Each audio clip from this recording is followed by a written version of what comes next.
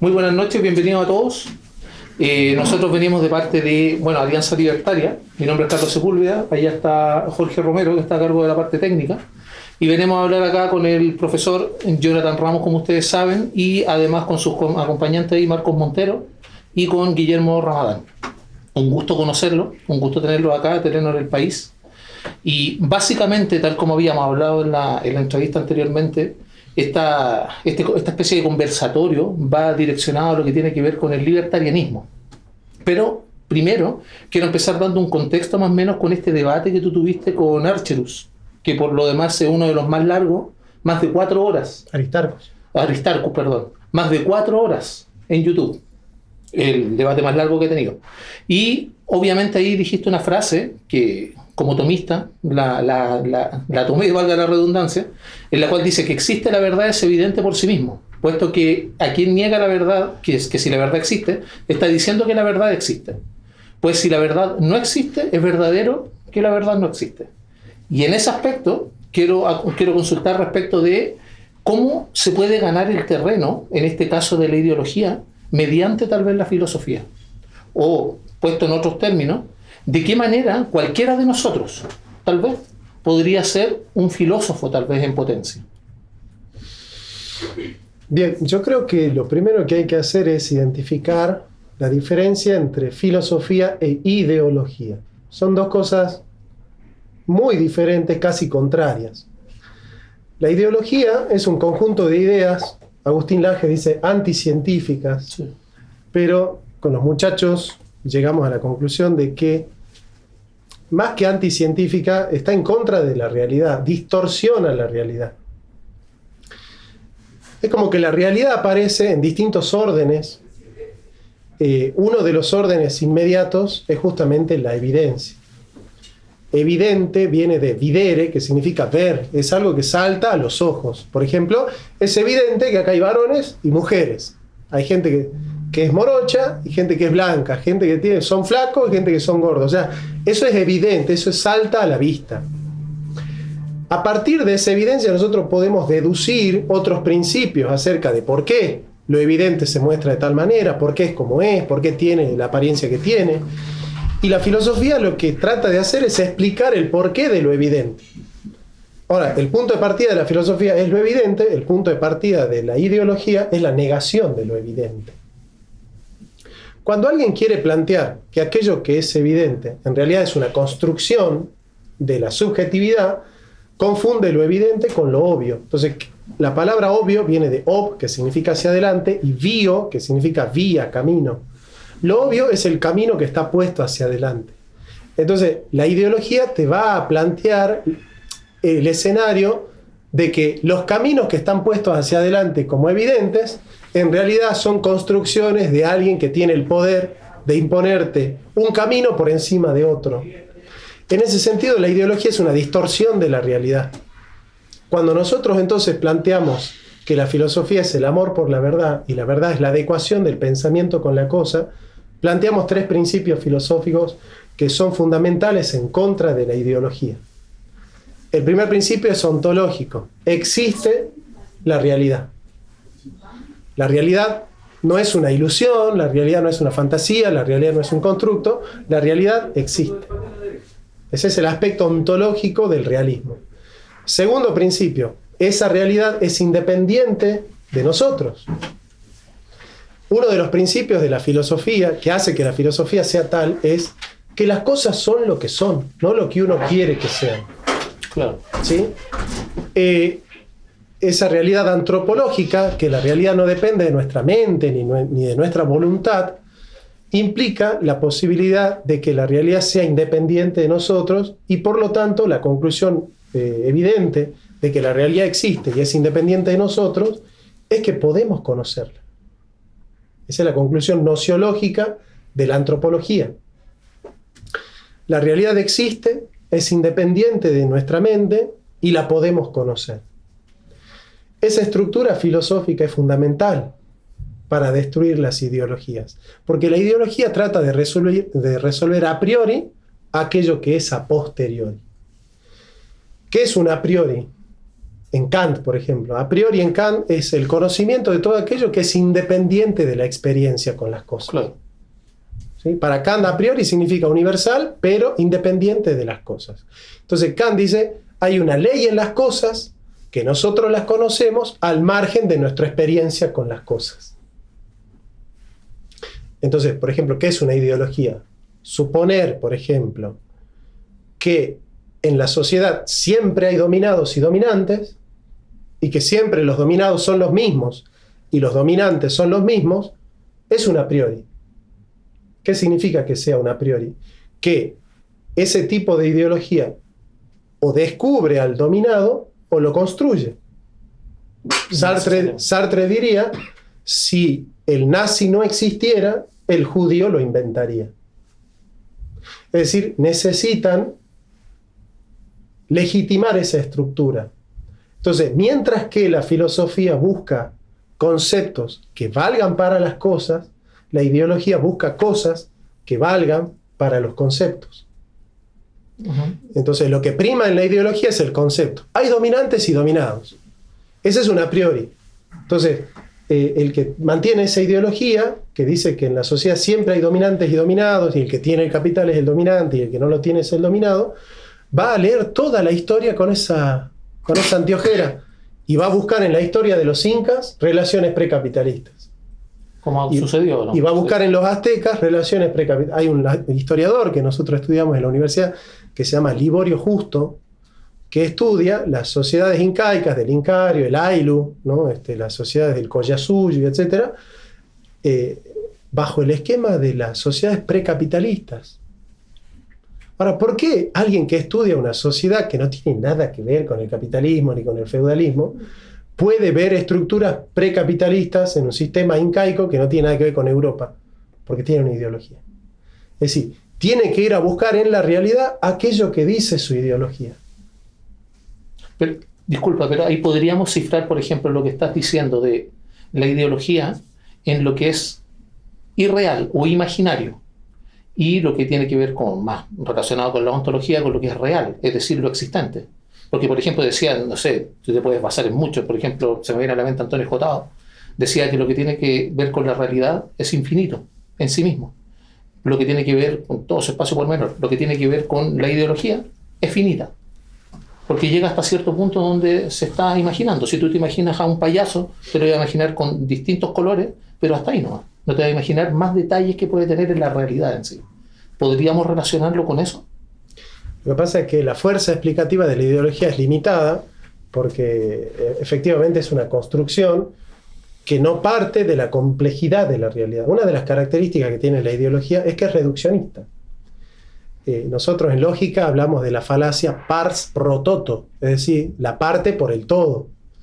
Entonces toman un aspecto de la realidad como el todo y universalizan ese aspecto de la realidad convirtiendo en necesario lo contingente. Por ejemplo, es cierto que en la realidad hay conflicto, es verdad. Es cierto que en la realidad hay luchas de intereses, porque hay sectores sociales que tienen ciertos intereses, por ejemplo, ciertos empresarios industriales tienen ciertos intereses, empresarios bancarios tienen otros intereses, trabajadores estatales tienen ciertos intereses, docentes tienen otros intereses, docentes privados tienen unos, docentes estatales tienen otros, médicos privados tienen unos intereses, médicos públicos tienen otros intereses. Y es cierto que en la comunidad esos grupos muchas veces están en tensión. Y es cierto que a veces aparecen conflictos. Ese es un dato de la realidad. Es un dato. Nadie puede negar esa realidad. Ahora, ¿cuándo es que ese dato de la realidad, que es complejo, porque depende de la correlación de fuerzas, depende de estudiar caso por caso y ver, bueno, bajo qué aspecto este grupo está en tensión bajo el otro, bajo qué leyes este grupo y el otro grupo están en una tensión por un correlato de fuerzas, por una dinámica histórica? ¿Cuándo es que ese análisis que es complejo se torna reduccionista, se llega a la pars pro toto y se hace necesario lo contingente y universal lo particular? Cuando yo a través de ese dato de la realidad lo universalizo y digo, este conflicto no es particular en este caso, no depende de esta situación, de este contexto y de esta problemática, sino que es necesario. Debe haber conflicto en toda sociedad porque lo que marca a la sociedad es el conflicto. Entonces convierto el conflicto en lucha y al grupo en clase. Cuando yo convierto al conflicto, que es real, en lucha y al grupo en clase, he convertido un dato de la realidad que es complejo, que es particular, que es contingente y que es complejo, en una realidad que es simple, que es maniquea, dicotómica, necesaria y universal. Entonces digo, ya no es que los docentes privados que tienen cierto acceso a beneficios, puesto que algunos sectores privados tienen las prebendas de acá y de allá, y que entonces el sector público es así, que ciertos hospitales que inauguró Bachelet no tienen médicos porque los médicos públicos no cobran tanto como los médicos privados, y en vez de hacer todo ese análisis complejo, digo, no, los pobres se enfrentan a los ricos, los que tienen el capital son malos y los que no tienen el capital son buenos. Y entonces hay una lucha de los que tienen capital con los que no tienen el capital. Ese análisis es simple. He convertido en universal algo que es particular. He convertido en necesario algo que es contingente. Y he convertido en absoluto algo que es particular. Entonces, cuando yo a la realidad la convierto en absoluta, en necesaria, a la parte la convierto en el todo y a lo particular en universal, convierto la complejidad de la realidad en una ideología. No sé si me entienden el mecanismo. Así es como nace la ideología. Entonces nosotros no negamos que hay conflictos, no negamos que hay grupos que están en tensión, pero nosotros no pensamos la sociedad como necesariamente en tensión, como necesariamente en conflicto. El marxismo necesita que el conflicto sea permanente porque intelige la realidad de esa manera y la tensión y la lucha es un a priori. Tiene que haber conflicto. Entonces, el marxista va a pensar la relación de dos personas, por ejemplo, la pareja de un varón y una mujer. Y la va a pensar en términos de esa necesidad y va a decir, entre el varón y la mujer tiene que haber un oprimido y tiene que haber un opresor. Porque la realidad es esa lucha, es esa dialéctica. Claro. Por eso digo, en ese marco marxista, si el nazi no existiera, el judío lo inventaría. Es decir, si no existiera el opresor, el marxista crearía un opresor del varón. Es decir, si hay una relación varón-mujer, tiene que haber un opresor. Es más, si hay una relación de varón con otro varón, también tiene que haber un opresor. Tiene que haber una manera en la cual uno sea la víctima y el otro el victimario. Tienen que perpetuar el conflicto. Pero porque lo necesitan para confirmar su teoría. O sea, ellos buscan cosas que valgan para su teoría, no teorías que valgan para las cosas. El objetivo de ellos no es conocer las cosas, es confirmar su teoría. Ellos necesitan ir a la historia de los incas a confirmar estructuras precapitalistas.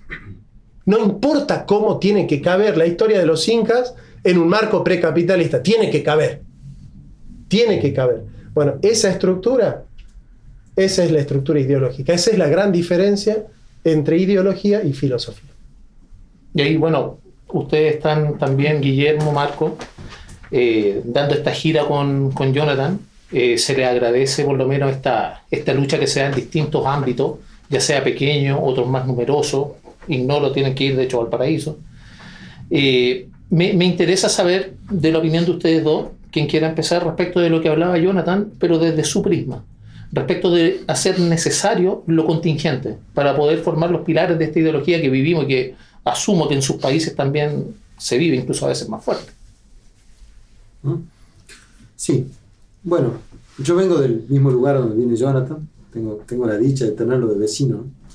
Y entendemos que en estas ideologías que se van dando, que Jonathan explica muy bien cómo es que la adaptación de las ideas, la primacía de las ideas por sobre la realidad, nos está dejando un mundo que está torcido. ¿Por qué está torcido? Porque justamente esa necesidad que necesitan no solamente encontrar, o sea, el que es un ideólogo, cuando no encuentra, ¿qué es lo que le está faltando a esta explicación? Cuando no encuentra la realidad que está buscando a priori, que ya tiene decidida a priori, la crea.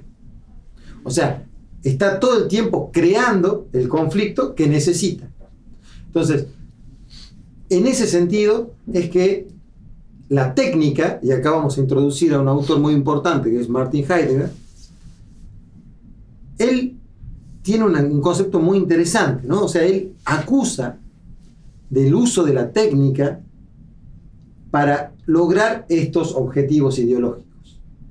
Porque es justamente con la técnica con lo que nosotros podemos crear una realidad, entre comillas, modificar naturalezas, entre comillas, con las cuales nosotros no estamos conformes. Entonces, cuando nosotros tenemos una persona y le decimos, mira, ¿no te sentís cómodo con tu sexualidad? Bueno, te invitamos a que te cambies de género. ¿Podés? ¿Cómo te sentís vos? Se lo decimos a un chiquito de 6, 7 años, ¿eh? Porque eso es lo que sucede. Entonces, los chicos de 6, 7 años vuelven, la otra vez una madre estaba muy preocupada porque vuelve su hijo del colegio y le dice que era una hija del colegio, que ella jugaba con muñeca, normal, digamos, y vuelve diciendo que quería ser Jorgito. Entonces la madre se empieza a angustiar, se pelea en el colegio, y claro, ya piensa en sacarlo porque es algo complicado, ¿no? Entonces, claro, pero ¿qué pasa con la técnica? La técnica me dice que me puede cortar, mutilar parte de mi cuerpo y crear o recrear de alguna manera otra parte que no corresponde a mi cuerpo. Obviamente que no puede hacerlo, nunca va a poder, no voy a decir todavía porque nunca va a poder cambiar una naturaleza por completo, porque cada célula de mi cuerpo me dice de qué sexo soy. O sea, no es una parte, porque nosotros no somos hombres o mujeres por nuestra genitalidad solamente. Es una expresión de nuestro sexo, pero no es la única, claramente, ¿no? Por eso es que yo puedo ir y buscar en un hueso, saber si ese hueso de hace miles de años era hombre o mujer la persona que está enterrada. Claramente que yo diría la técnica ha facilitado las herramientas de las ideologías para la modificación de la realidad.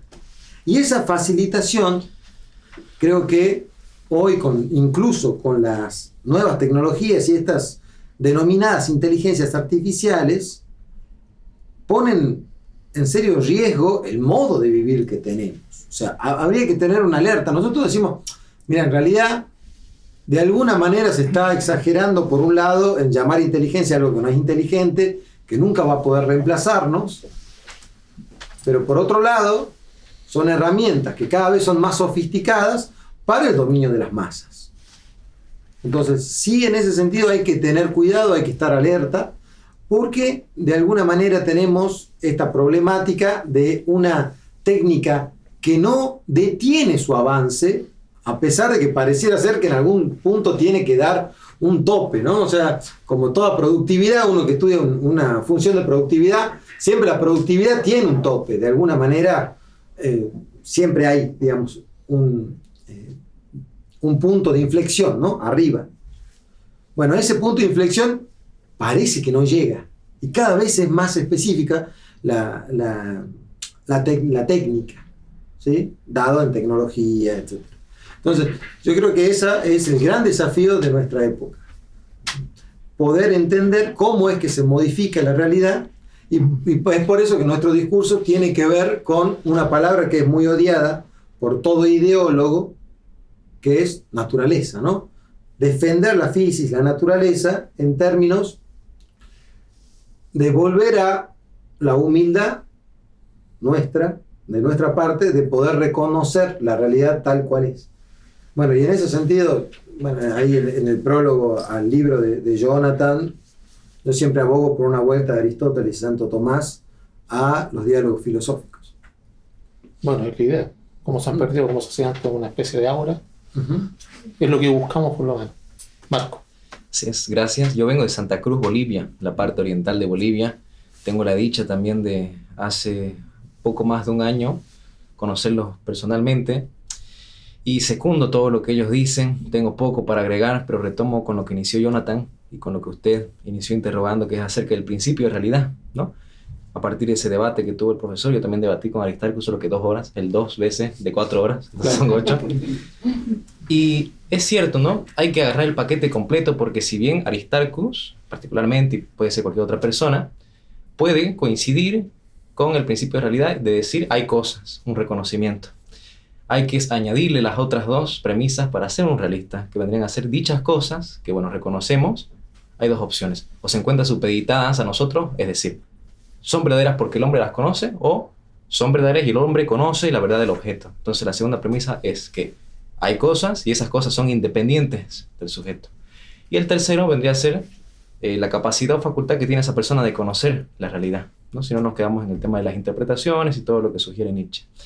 Entonces, y traigo acá una anécdota, lo cuento como infidencia, no que debe ser tan secreta, ¿no? Pero algo que hacemos nosotros es procurar pensar. Entonces, a lo que veníamos de Salta a Mendoza, estábamos haciendo lógica con Jonathan, y él me ponía la siguiente proposición y se la digo para que la piensen. Premisa 1: toda regla tiene una excepción. Premisa número 2: la anterior era una regla. ¿Qué es lo que se concluye? Si atendemos a la premisa número 2, que remita a la primera, tendríamos que decir que toda regla tiene una excepción, por lo tanto, esta regla que no tiene excepción ha de tener una excepción. ¿Cuál es la excepción a toda regla tiene una excepción? Que su excepción es que no tiene excepción. Entonces, llegamos al absoluto. Si cambiamos la premisa número 2, que es la anterior premisa, es una excepción, ha de tener entonces una excepción, y su excepción no puede ser lo mismo que dice, sino su contrario, por lo tanto, hay una regla que no tiene excepción. Es decir, lo absoluto se dice en razón de lo relativo, y lo relativo necesita lo absoluto. Así que me parece sumamente importante siempre puntualizar ciertos temas. A mí particularmente me gusta mucho el tema de la verdad, me gusta sentar los principios, las bases, y así también hacerlo en el seno del amor, ¿no? Porque lo que uno busca, de alguna manera, en este discurrir, en esta batalla o en cualquier momento dialógico, es, por supuesto, ir con la verdad al norte, pero sin perder a la persona. Que siempre nos importe la persona con quien estamos hablando, y por supuesto que ese momento dialógico va a ostentar, va a mostrar de una manera más perfecta el contenido que podemos estar compartiendo con esa persona, ¿no? Así que a mí me parece importante poner de manifiesto eso, y sobre todo esto, que es muchas veces, nosotros, no muchas veces, siempre nos topamos con personas heterogéneas, diversas, que tienen puntos de vista. Y lo que hay que saber hacer es lo que dice Aristóteles y Santo Tomás, ¿no? Lo propio del sabio es ordenar. Entonces, saber que un objeto de estudio o un contenido lo vamos a poder resolver y perfilar desde una sede, desde una disciplina específica. Yo no puedo empezar a hablar de la verdad o hablar de alguna cosa. Por ejemplo, yo que sé, hablar de la ideología de género, te voy a resolver la ideología de género desde la poesía. O desde el deporte, desde el fútbol, yo voy a resolver la problemática, ¿no? Es como que hay disciplinas cuyo objeto formal quo y quod te permiten dilucidar una cuestión. Entonces hay que saber ordenar desde dónde. Si queremos estudiar al hombre desde el derecho, lo haremos con la metodología del derecho. Si queremos estudiar la psicología del hombre, bueno, lo haremos de acuerdo a la metodología de la psicología. Pero si queremos resolver al ser humano desde la ciencia, vamos a tener muchos inconvenientes. Pero ahí hay una parte de lo que tú decías, por ejemplo, de los diálogos, y ahí quiero saltar a ti, Jonathan, nuevamente. Respecto, dado que mencionaba Aristóteles, vamos a aplicar un poco de mayúscula en relación a lo que tiene que ver con este cercenamiento que existe hoy en día por parte del progresismo, entendiendo que el progresismo puede tener una base libertaria. En ese caso, me interesa saber más o menos cuál es la diferencia, o esta falsa dicotomía tal vez, que se crea entre el libertario y lo que tiene que ver con el progresista. Hablando de esto mismo que estaban hablando de ellos, por ejemplo, esta regla de excepciones, ¿se podría aplicar en esa explicación? Sí, bajo dos aspectos. Si nosotros nos quedamos solo con la ideología, con el aspecto superficial del discurso, evidentemente libertarios y socialistas están confrontados. Es decir, en sede superficial, el discurso superficial de la ideología, claro, si yo digo viva la libertad carajo y el otro dice que hay que repartir los bienes, y sí, estamos en contra, ¿se entiende? O sea, parecería que hay una confrontación discursiva, porque la hay en términos de la ideología. Ideológicamente, libertarios y socialistas son rivales, y es evidente que hay una contradicción, digamos, ¿no? Pero nosotros no somos ideólogos, nosotros no damos la batalla en sede de la ideología. Al menos nos autopercibimos filósofos nosotros. Quizás será una disforia, pero al menos será un desiderato. Deseamos serlo, al menos, ¿no? Entonces nosotros necesitamos, por mor de nuestra petición de Petitio Principi, necesitamos analizar las cuestiones no desde la ideología, sino desde la metapolítica. Y la metapolítica tiene el rigor de la filosofía. Y la filosofía trata de analizar los fundamentos de la ideología. Es en ese terreno de los fundamentos que liberales y socialistas comparten los mismos fundamentos. Así que si ustedes gustan, vamos a pasar a explicitar cuáles son los fundamentos en común, que en definitiva son esos fundamentos metafísicos que hacen que socialistas y liberales sean pertenecientes a un grupo de filosofía que se llama filosofía moderna. En filosofía se estudia diferentes tipos de filosofía. Tenemos filosofía antigua, que en general es una filosofía de corte aristotélico, de corte clásico, de corte platónico, que tiene como principio que la realidad no depende de las categorías del ser humano, de la subjetividad, que la realidad depende de las características del objeto y no del deseo del sujeto, digamos, ¿no? La filosofía medieval, se dice, es una filosofía cristiana, con todos los resbalosos que pueda parecer una filosofía cristiana, ¿no? Como diría Borges, equitación protestante, ¿no? No sabe qué significa eso, pero de alguna u otra manera se cataloga de esa manera. La filosofía medieval es una filosofía que tiene como tema central Dios y el hombre. Y después tenemos la filosofía moderna. La filosofía moderna se caracteriza por un giro a la inmanencia. El giro a la inmanencia se da bajo dos aspectos. En Guillermo de Ockham, la inteligencia ya no es la capacidad de conocer la realidad, sino que ahora el universal es una construcción de la mente. Subjetiva o objetivamente, el universal no existe fuera de la mente. Eso es lo que dice Guillermo de Ockham en el comentario a la sentencia de Pedro Lombardo. Y después, en el Corpus Oxoniense, Duns Scoto dice que la voluntad no quiere al bien, sino que el bien es una construcción de la voluntad. Las cosas son buenas porque son queridas y no son queridas porque son buenas. Este giro a la inmanencia va a construir en Duns Scoto, por ejemplo, la libertad como potencia absoluta. Para Scoto, la libertad tiene dos potencias, la potencia ordenada y la potencia absoluta. La potencia ordenada de la voluntad es la capacidad que tiene la voluntad para ejecutar, querer o elicitar una ley establecida por fuera de la voluntad. Es decir, la voluntad lo único que puede hacer para ser libre es someterse a una ley previamente establecida, no por ella misma. Y entonces actúa ordenadamente cuando se ajusta a esa ley y actúa desordenadamente cuando no lo hace. Ahora, ¿cuándo es que la voluntad tiene potencia absoluta? Cuando está por encima de esa determinación de la ley y la pone como disponible para modificarla estando por encima de ella. Esa es la potencia absoluta. Entonces pongo un ejemplo, ¿sí? El padre de la casa. El padre de la casa tiene potencia ordenada, en el sentido de que cuando cumple las leyes que él ha establecido, actúa ordenadamente y actúa con potencia absoluta, por cuanto él está por encima de esas leyes y las puede cambiar si quiere. Los hijos de la familia no tienen potencia absoluta porque no tienen el poder de cambiar el orden establecido. Los padres sí. El director de una escuela tiene potencia ordenada y absoluta. Los alumnos tienen solo potencia ordenada. ¿Bien? Ok, pero para Scoto la libertad es la potencia absoluta, es decir, la capacidad de dejar disponible la ley para la propia voluntad, la capacidad de la voluntad de darse a sí misma una ley de vida. Eso va a generar entonces el concepto moderno de libertad que tiene que ver con la indeterminación, es decir, la libertad es la ausencia de coacción externa a la voluntad. Por lo tanto, la libertad necesita del señorío de licitarse a sí misma, dándose a sí misma su propia ley. Es decir, darse su propia ley es estar en contra de los tres principios que atentan en contra de la libertad en su coacción, que para Kant, para una filosofía de la historia desde un punto de vista cosmopolita, son tres: la autoridad, el prejuicio y la tradición. En función de esas tres premisas, el moderno es aquel que está en contra de la tradición, porque ejecuta un señorío con respecto a la cultura libre del ser humano; la autoridad, que ejecuta la orden con respecto a la autonomía inmanente de la voluntad; y el prejuicio, que ejecuta una coacción con respecto al pensamiento libre, a la critique de la razón pura, ¿no? La crítica de la razón pura. Bajo ese aspecto, entonces, la libertad consiste en la indeterminación con respecto a estas tres determinaciones, que son el prejuicio, la autoridad y la tradición. Bajo ese aspecto, tanto liberales como socialistas se van a hacer cargo de que la libertad consiste en una negación de aquello que viene determinando la historia, de aquello que determina la obediencia y de aquello que determina nuestros pensamientos.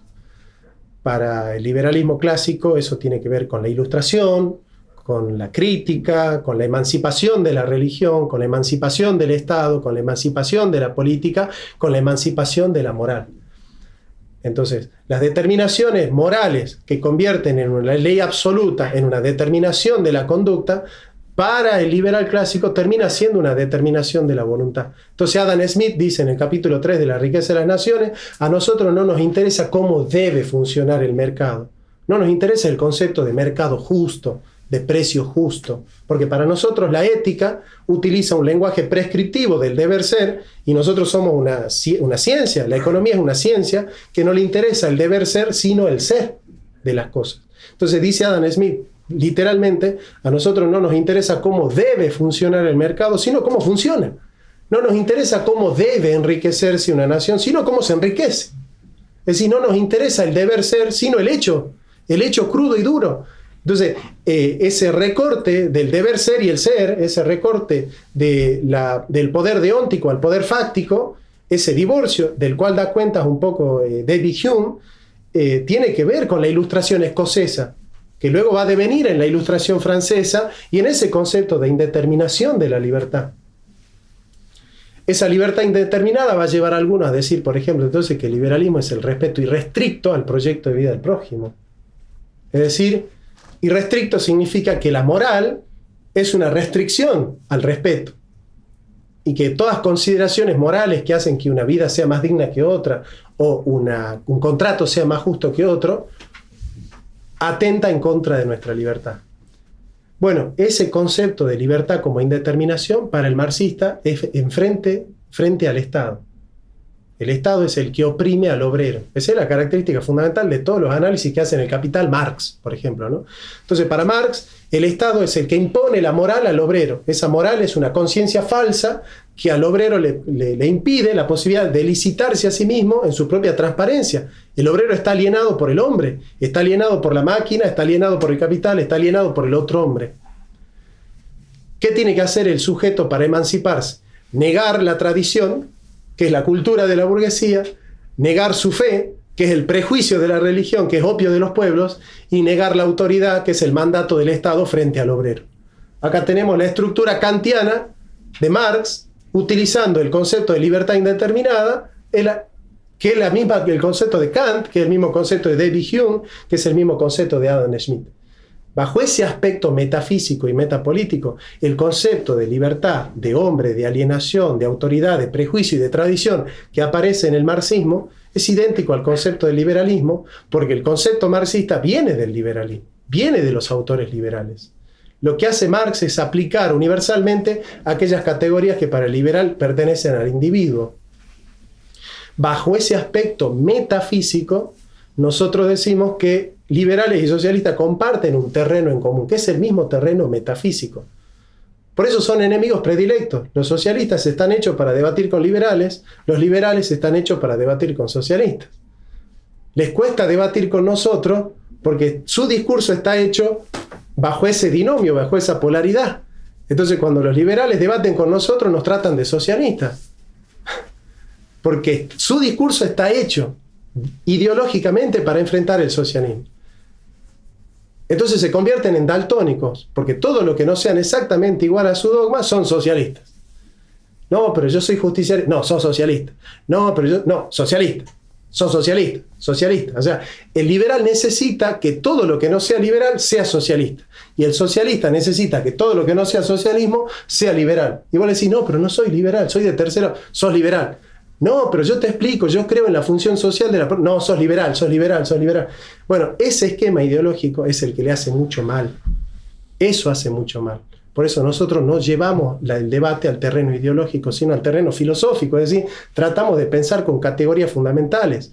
Porque en esas categorías fundamentales, liberales y socialistas son dos caras de la misma moneda. Y la única manera de enfrentar a esa dicotomía es salir de la dicotomía.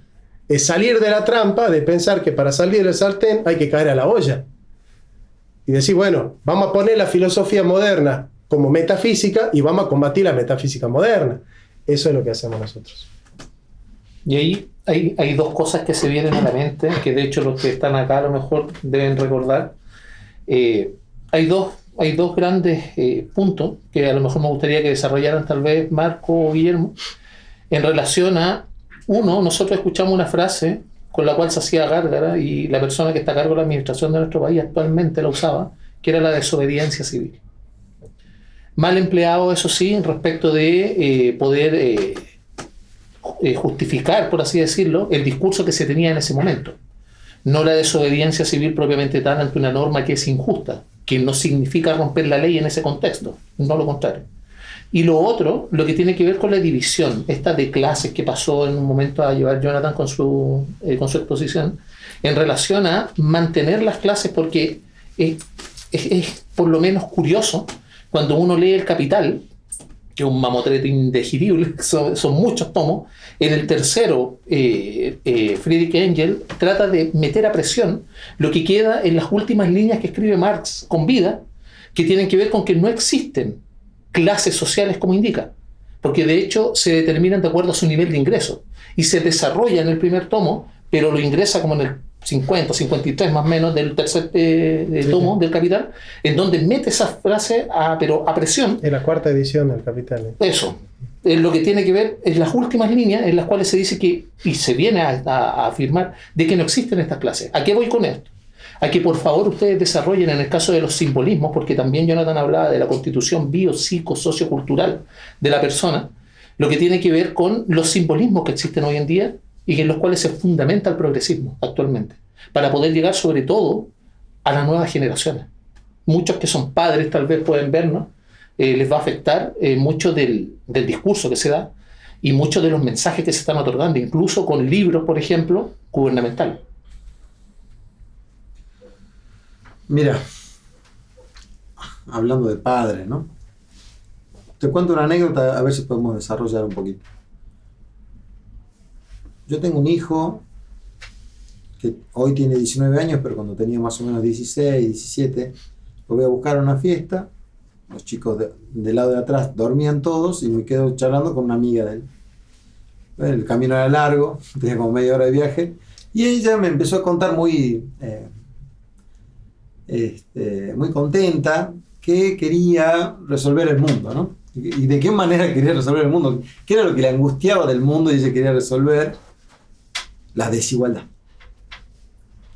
Eso es un pilar fuerte. Un pilar fuerte en la imagen, digamos, que hay de la sociedad. Como símbolo, la desigualdad es un problema. Bien. Y claro, pero cuando ella me empezaba a hablar de desigualdad, me empezaba a poner ejemplos, pero no eran de desigualdad estrictamente, sino más bien eran ejemplos injustos, de injusticia. Entonces cuando yo la termino de escuchar, me venía comentando, yo le hice la aclaración, le dije, ¿y no te parece que esta problemática no es una problemática de desigualdad, sino de injusticia? Yo creo que ahí ella entendió, ¿no? Entendió, se quedó pensando y luego lo volvimos a conversar. Pero yo creo que esa es una de las imágenes que tiene hoy por hoy la izquierda, siempre la ha tenido, y es su bandera, la desigualdad. Toda desigualdad, ¿sí? es un problema. Claro, del otro lado te dicen, no. Claro que la desigualdad no es un problema, es más, de hecho es algo natural, ¿no?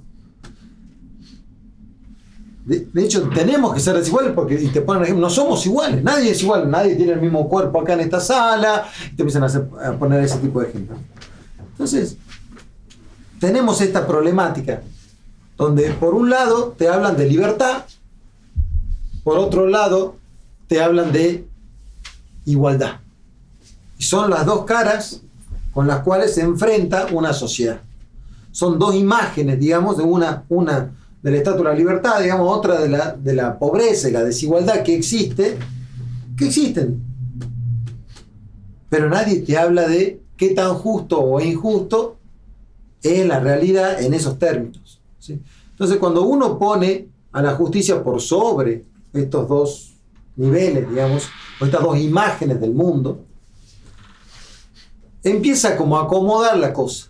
Entonces ya, cuando te hablan de meritocracia, uno puede volver a hablar de mérito sin que sea meritocracia, ¿sí? Porque el mérito, estrictamente, no es un problema. La meritocracia puede ser un problema, ¿por qué? Porque de vuelta, ¿no? Nosotros volvemos a los eslogans. Nosotros hacemos, como decía Jonathan muy bien, reduccionismo.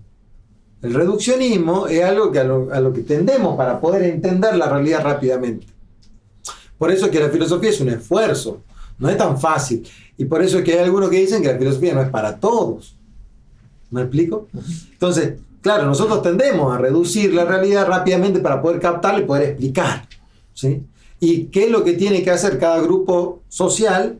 Es reducirla y poder darte eslogans para que puedas compartir. Entonces hay gente que le afecta mucho más el pobre que a otra. Digamos, le afecta porque vivió la pobreza, porque sabe lo que es no tener para comer un día. Entonces le afecta mucho y hay muchas personas así. Entonces, claro, la izquierda sale con esta problemática, con esta imagen en el mundo que te instalan abonamente. Y ahí va con que nosotros tenemos que poder salir de estas imágenes o superarlas de alguna manera.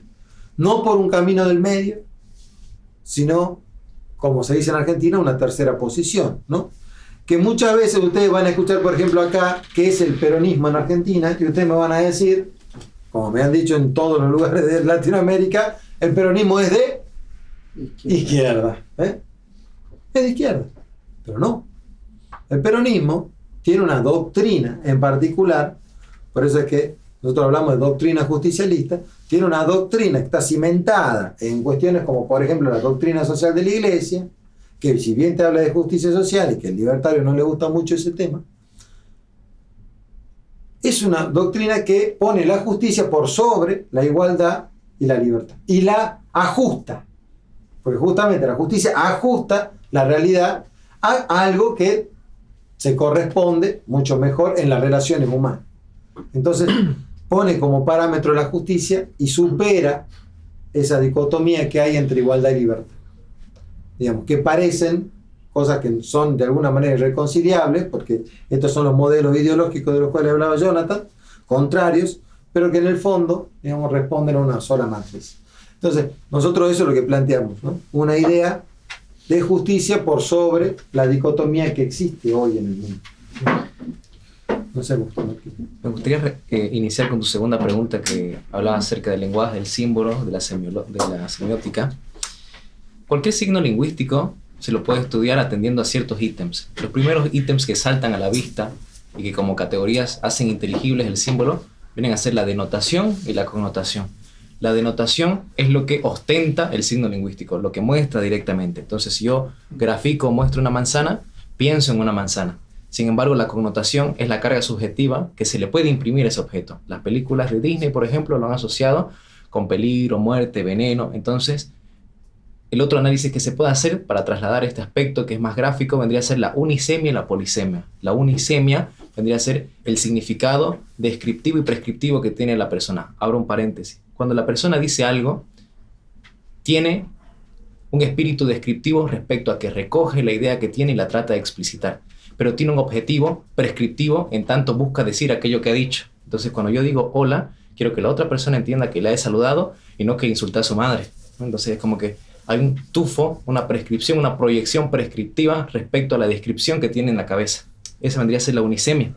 Y la polisemia vendría a ser la capacidad de imprimir e interpretar de diversas maneras, de distintos aspectos y atendiendo al antecedente y la carga subjetiva de la persona, pero en razón de un objeto.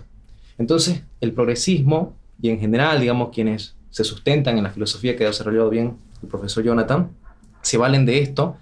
Yo también estudié a Roland Barthes, que ha escrito muchos libros y habla acerca del lenguaje, por ejemplo, y se me venían en mente 3 técnicas que explicita, digamos, y la primera vendría a ser la predilección del pretérito respecto al presente. Marshall McLuhan, que es un filósofo canadiense, decía: entramos al futuro conduciendo mientras miramos el retrovisor. ¿Por qué se plantea una predilección del pasado respecto al presente, porque a través del pasado nosotros podemos dominar el futuro y a la postre el presente. Entonces, esto también lleva a Ribari, 3 doritos después, que es lo que dice, y declara muerte del autor. Cuando se mata al autor, se deja la carga existencial e interpretativa en el lector, y el intento lector es esa escuela hermenéutica a través de la cual uno puede imprimir la subjetividad en el texto y leer lo que uno quiere leer en el texto. Así también se habla acerca de las formas. Por ejemplo, se prefiere la tercera persona frente a la primera. El él, la distancia, porque lo que te quiere sugerir es lejanía respecto a la identidad. Orbitar respecto a un lugar que no existe. ¿No? Se busca entonces de alguna manera llegar al arte, a un estado de arte en el mal sentido, en el sentido de la subjetividad, de la relatividad. Y es muy curioso porque estos discursos relativistas no pueden absolutizarse, ¿no? Como estábamos hablando hace un momento de lo absoluto y lo relativo, porque si lo relativo se hace absoluto, se orada a sí mismo, se perfora. Entonces necesitan vivir en el seno de la división, de la discordia y los pequeños relatos. Entonces hay mucha mística, hay mucho simbolismo, mucha carga comunicacional. Yo creo que lo que hay que tener en cuenta, y justamente quienes pretenden de alguna manera transmitir un mensaje, es entender lo siguiente, y Jonathan ayer lo explicó muy bien, y el resumen sería el siguiente. Lo que se ostenta es más inteligible o fácil de inteligir que lo que se conceptualiza.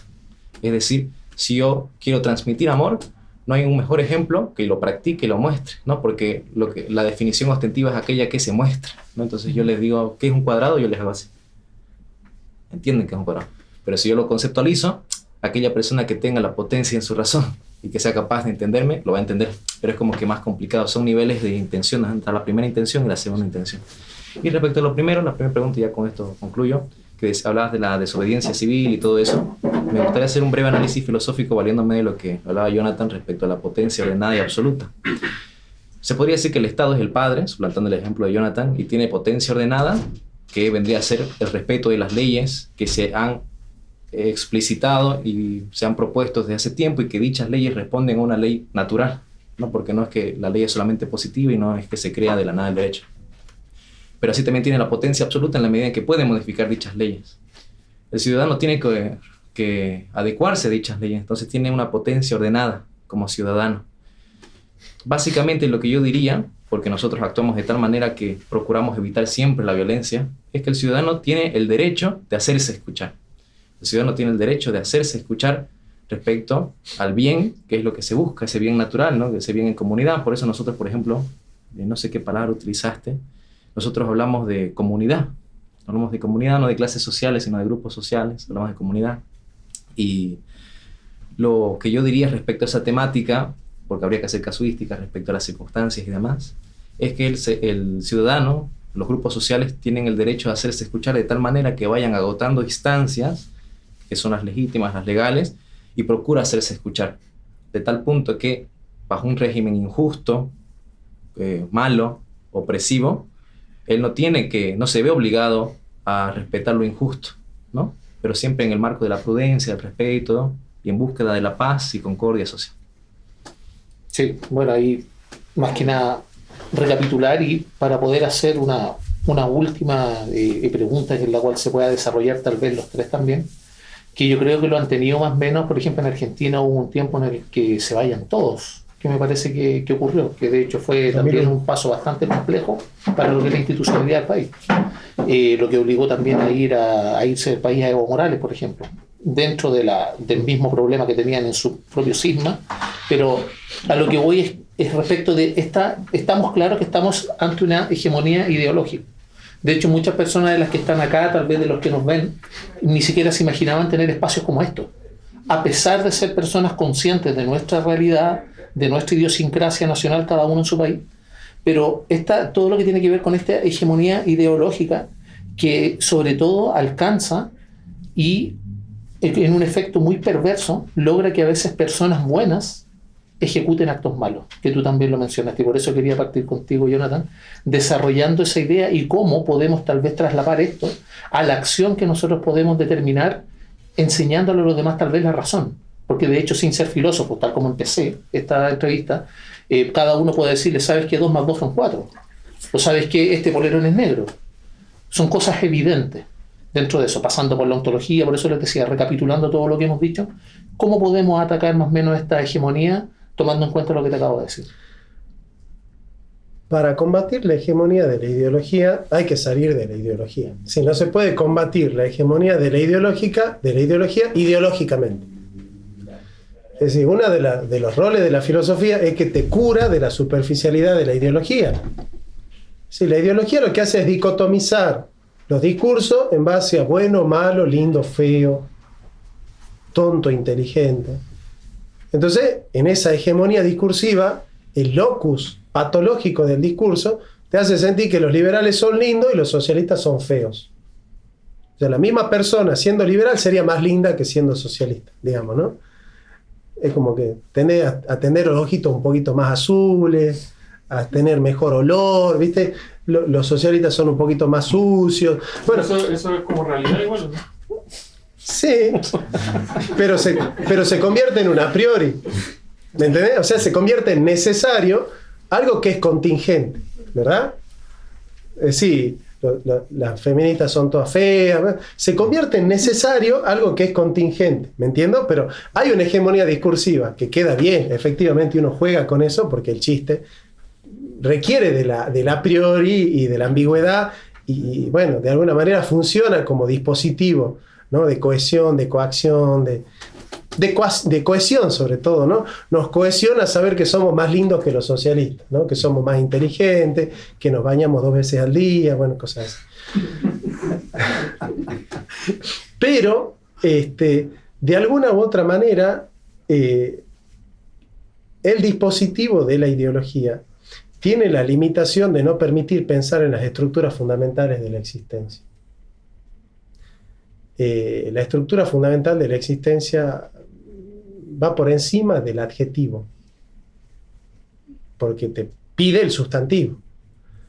Es decir, nosotros en la ideología hacemos del adjetivo el centro. Entonces, feminista, socialista, liberal, libertario, rubio, son adjetivos. El sustantivo es la persona. Es decir, cuando el filósofo pone en el centro al sustantivo y pone en la superficie al adjetivo, se da cuenta que nosotros que tenemos que hacer una política humanista. Porque por detrás del liberal, detrás del socialista, detrás de la feminista, detrás del cristiano, detrás del ateo, detrás del socialista, está la persona. Sí. Está De la hecho, persona. En base a eso, el liberalismo en su génesis viene del humanismo.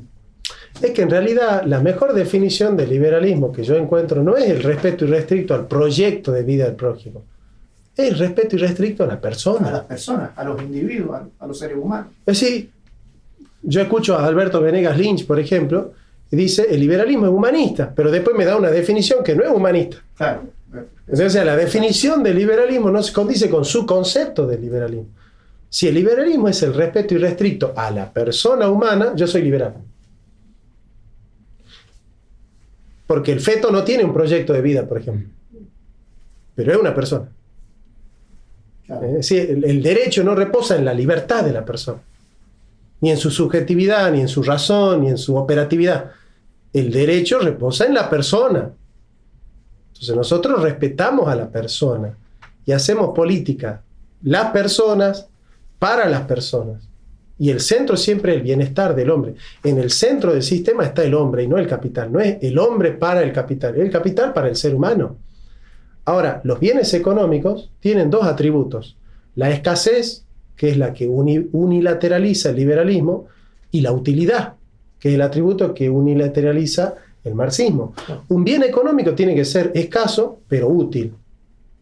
El aire es útil, pero no es escaso. Entonces yo no te puedo vender el aire que respiras. Como decir, hay que vender el aire si yo, acá está el aire, digamos. Sí lo necesito, pero lo tengo, no lo tengo que comprar. Entonces, es útil, pero no es escaso.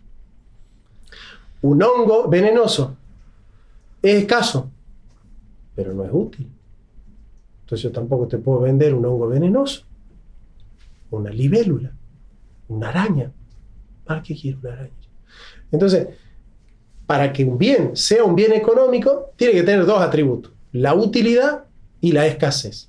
Ahora, ¿qué plantea el liberalismo? La reducción Y dice, los bienes son escasos. Si el derecho es que frente a toda necesidad surge un derecho y las necesidades son infinitas, pero los bienes son escasos, entonces la conclusión es que no todos pueden tener derecho hasta satisfacer sus necesidades básicas porque los bienes son escasos y no valen para todos. Entonces surge la famosa frase de Kant, business are business. Negocios son negocios. Contratos son contratos. Entonces el liberalismo tiene en su esquema un derecho formal. Se cumple con que el contrato fue libre, dice Kant, ¿no? Kant dice, ¿el contrato es libre? Sí, entonces es justo. No me importa qué se ha firmado. La justicia de un contrato no depende del contenido del contrato, depende de la forma del contrato. ¿Se firmó de una manera libre? Sí. No me importa el contenido, dice Kant. Lo único que hace que un contrato sea justo es que sea libre, y nada más. Y como negocios son negocios y los bienes son escasos y no pueden satisfacer la necesidad de todo, y bueno, algunos ganarán, otros perderán, pero si el contrato fue libre, vale. Porque la moral es extrínseca a la economía. No hay liberalismo sino un divorcio entre ética y economía. En el mercado pasa lo que pasa en el mercado. Nadie puede venir a decir cómo tiene que funcionar el mercado, porque si alguien le dice al mercado cómo debe funcionar, está distorsionando la lógica del mercado. O sea, una de las características de la lógica del mercado es que se rige espontáneamente. Así es. Y el precio es el sintetizador de la información dispersa. La famosa idea de la mano invisible. Es decir, hay una especie de mano que hace, ¿no es cierto?, como astucia de la razón, que la deformidad del mercado, que implica que haya personas que son injustas, malas y perversas, que tienen a sacar tajada o hacer contratos injustos para herir la integridad económica de otra persona, bueno, el mercado se encarga de regular todo eso. No intervenga, deja que el mercado solo se acomoda, ¿no? Que esa es la idea de providencia en teología. Aparece en la mano invisible de Adam Smith, en el concepto de astucia de la razón de Hegel. Es decir, el concepto de predestinación y providencia dice, bueno, hay un Dios que ordena todo esto, no intervengas, no metas mano con la teología, con la moral, porque vas a distorsionar la lógica del mercado, te dicen, ¿no? No distorsiones la lógica del mercado. Laissez-faire, laissez-passer, dejar hacer, dejar pasar. Entonces, frente a esa heteronomía de la ley que implica un mercado libre, ¿libre de qué? No solo libre de la intervención del Estado, libre de la moral, libre de la teología, libre de los principios del cristianismo, libre de la cultura, libre de la tradición de los pueblos, de los principios y valores. Es decir, el señorío del mercado, ¿no? Frente a esa mercantilización de la vida, donde el hombre ya no tiene valor, sino que tiene precio, porque si lo que cohesiona la vida social es el mercado, el hombre ya no tiene valor, tiene precio, ¿no? Por eso la posmodernidad del todo vale moral depende también del capitalismo. Todo vale, todo tiene precio, todo se puede comprar. Y un buen capitalista te va a decir eso, todo se puede comprar. ¿Qué querés comprar? ¿Órganos? Compra órganos. ¿Querés vender órganos? Vende órganos. ¿Qué te hace falta? Tal cosa. ¿Querés vender a tu mujer? Vender a tu mujer. Si tu mujer quiere ser vendida, que se venda. Todo es vendible, todo tiene precio. Acá todo se puede comprar. Acá lo único que cohesiona la vida es el mercado y el capital. El que tiene la tarasca tiene el poder, y el que tiene el poder manda en el derecho e impone la verdad, digamos, ¿no? Entonces, esa es la cultura metapolítica que genera un sistema que está basado en el mercado y en el capital. Nosotros buscamos un sistema humanista que no esté basado en el capital ni en el mercado como una lógica homeostática que ordena mágicamente la realidad. Nosotros queremos un sistema que esté basado en la dignidad humana, que sea un sistema del hombre y para el hombre, donde todos tengan derecho a satisfacer sus necesidades básicas y donde exista ese principio de subsidiariedad, donde los que tienen tengan la responsabilidad, ¿no es cierto?, de brindar al que menos tiene la posibilidad al menos de no morirse de hambre. Porque si en un sistema hay unos que ganan y otros que pierden, el sistema no puede ser justo. Si en un sistema hay unos que ganan y otros que pierden, el sistema no puede ser justo. Es inmoral un sistema donde unos ganan y otros pierden. Por eso Guillermo hacía bien en advertir eso. La libertad indeterminada es la libertad del zorro frente a la oveja. Nosotros no queremos la libertad del zorro frente al cordero. Entonces, Cuando nosotros decimos, no, que el Estado no intervenga, que no se meta la iglesia, que no se meta nadie, que el lobo y el cordero comercien libremente. Y nosotros decimos, no, si comercian libremente siempre el lobo y el cordero, siempre va a ganar el lobo y siempre va a perder el cordero. ¿Se entiende? Entonces nosotros no queremos la libertad del zorro. Nosotros queremos la libertad de la comunidad. Y para que la comunidad sea libre tiene que tener justicia social. Si no hay justicia social, no hay una comunidad libre, porque no hay libertad encerrado en un country. Cuando Chile se viene a pedazos y se cae a pedazos porque hay gente que está pasando hambre, encerrarte en un country no es ser libre, no hay libertad en un country. No hay libertad del individuo si la comunidad no es libre. Entonces nosotros tenemos que pensar en términos de la comunidad, en términos de los cuerpos intermedios. Una igualdad a fuerza del Estado que niega la propiedad privada es una igualdad injusta. Somos antisocialistas y antiestatistas. Estamos en contra del estatismo, estamos en contra del socialismo. Somos enemigos del socialismo. Y los socialistas nos odian a nosotros más que a cualquiera, porque los socialistas no nos pueden decir a nosotros que somos unos cerdos capitalistas descorazonados. Planteamos la verdadera justicia social que no tiene que ver con el estatismo, porque el que produce riqueza en una nación es el sector privado, no el Estado. Somos antiestatistas. Y los socialistas a nosotros nos respetan porque saben que nosotros bregamos por la verdadera justicia social. La justicia social de Cristo, de la doctrina social de la Iglesia, la de Pablo VI, la de Juan Pablo II, la de Pío XII. ¿Me entienden? Entonces, bajo ese aspecto, una igualdad a fuerza del Estado que niega la propiedad es una igualdad injusta. Pero una libertad del zorro frente a la oveja es una libertad injusta. Entonces, el concepto vertical de una comunidad organizada es el concepto de justicia, no de libertad. Es el concepto de justicia, no de igualdad. La justicia es una libertad para todos. Y la justicia es una igualdad que respeta la libertad, que respeta la propiedad privada, pero no una propiedad privada donde el zorro satisface su necesidad en detrimento de la oveja. La verdadera justicia es que la propiedad privada está en función de la posesión universal de los bienes, la función social de la propiedad privada, no la negación de la propiedad privada. Pero la propiedad privada se hizo para la función social. Mi propiedad no me la dio Dios para que yo satisfaga solo mi necesidad. Es para que yo le dé de comer al hambriento, le dé de beber al sediento, una barca al desnudo y un abrigo al desnudo y una barca al peregrino.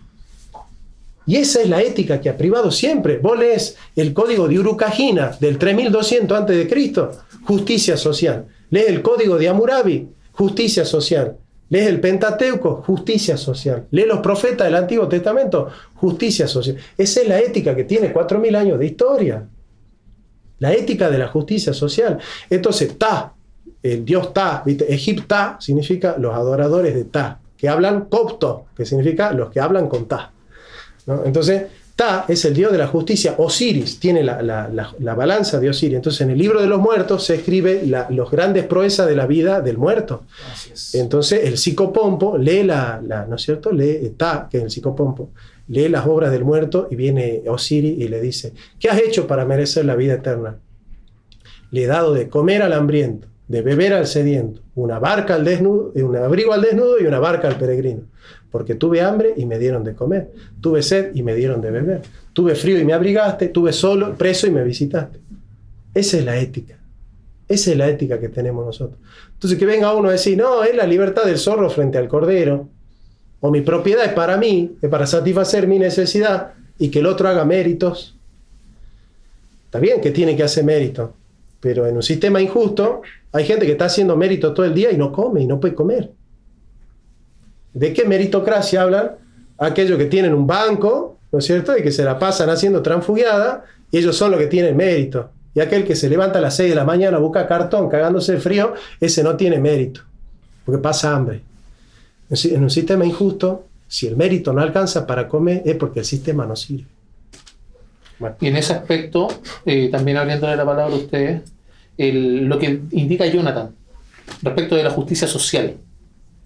Si bien es cierto, pueden haber denominaciones a priori en las cuales uno diga que la justicia social es injusta, porque tomas de un lado y le quitas a uno compulsivamente para darle a otro. de acuerdo al esquema de una persona que gasta, tal como decía Friedman, los recursos de otro en otro. Y de paso, obviamente, se deja él. En ese aspecto, ¿cómo cristalizamos el concepto de justicia social? A su parecer. Bueno, vamos a ver.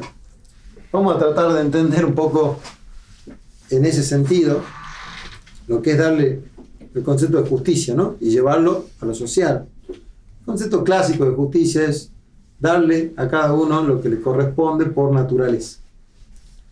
Por naturaleza es la parte importante, y hablamos hace rato de que el concepto de naturaleza era algo bastante desvirtuado en la ideología, en tanto que la naturaleza es algo que te determina, y la ideología quiere acomodar la realidad, ¿no? Justamente quiere naturalizar las ideas de alguna manera, hacer naturales las ideas o hacer parecer naturales sus ideas. Entonces, claro, hablando de justicia y dándole a cada uno lo que le corresponde por naturaleza, y tomando la descripción de Jonathan, ¿qué le corresponde a una persona en tanto su dignidad ontológica? O sea, por naturaleza. ¿Me explico? Y le corresponde justamente no tener hambre, no tener frío, ¿sí? Que es básicamente lo que necesita una persona para vivir dignamente.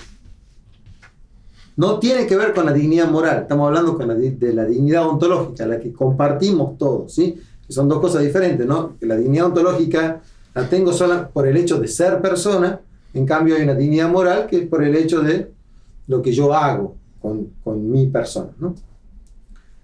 Entonces, a partir de ahí nosotros como sociedad, nosotros vivimos en una sociedad, hay que también darnos cuenta de que el hombre, al ser un ser social, comparte con otros un etos y un lugar determinado, un tiempo y un lugar determinado. Eso es algo importante. Por ahí algunos que son muy liberales se olvidan de esta cosa, ¿no? Y piensan solamente de manera individualista. Por eso es que una persona dice, bueno, yo le saco a uno y le doy a otro, y está hablando solamente en términos de unidades, ¿sí? Separadas.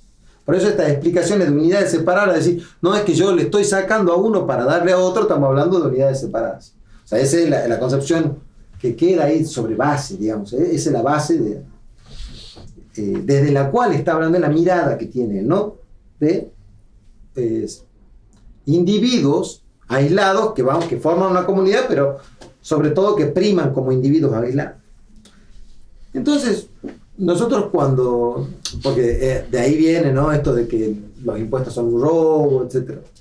Este tipo de frases, digamos, que se lanzan, entendiendo, ¿no? esta cuestión. Claro, nosotros como sociedad compartimos un espacio y un tiempo. Y compartimos necesidades, porque las compartimos entre todos, no solamente mi necesidad de comer, sino con ciertas necesidades que son conjuntas. Por ejemplo, la necesidad de la defensa de la comunidad. Cuando nos atacan, todos tenemos la necesidad de defendernos, no solamente uno. No es que cada uno se va a defender, no, en comunidad nos defendemos del resto. Esto pasó en Grecia, pasaba. Por eso es que los griegos, por ejemplo, ¿quién eran los que tenían el derecho ciudadano? Decían, no, son los hombres, por eso los machistas, ¿viste? Decían, no.